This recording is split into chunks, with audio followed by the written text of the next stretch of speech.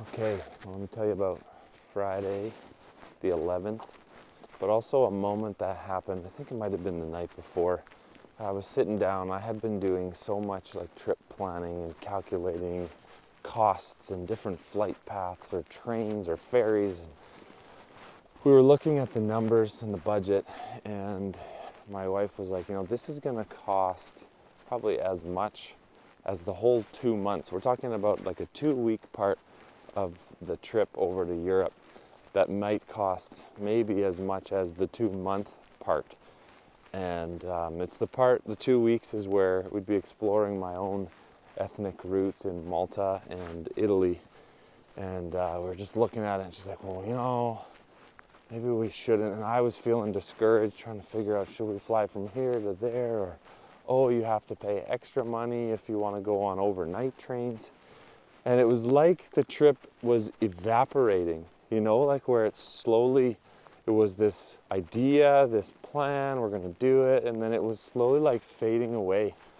And it was one of those moments where it was like, should we let it go? Should we just leave Canada later? Just go to Spain, simplify the trip? But inside of me, it was like, no.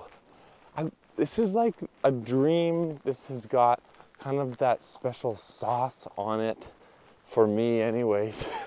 It's like, I think, I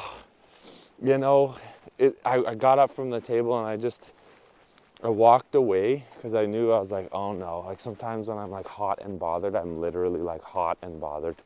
And so I walked away from the table, and it was about 8 at night maybe. And I decided, okay, I'm going to bed real early.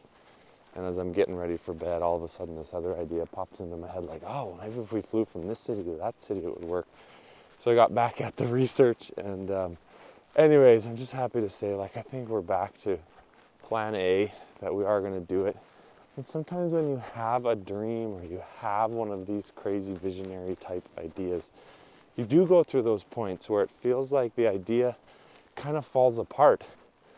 And then you're concerned it's never going to happen. And you can either sort of, walk away from it, or in other cases, you got to kind of persevere and walk through. So in this case, at this point, it looks like we're going to persevere. And on that night, we ended up going to a concert. Rend Collective is a band Brita just loves right now. And so we took the whole family, and we met up with great friends of ours, the Whitakers, and that was a great chance just to kind of celebrate. If there's a band who's captured the ability to celebrate the good news, that's the band from Ireland.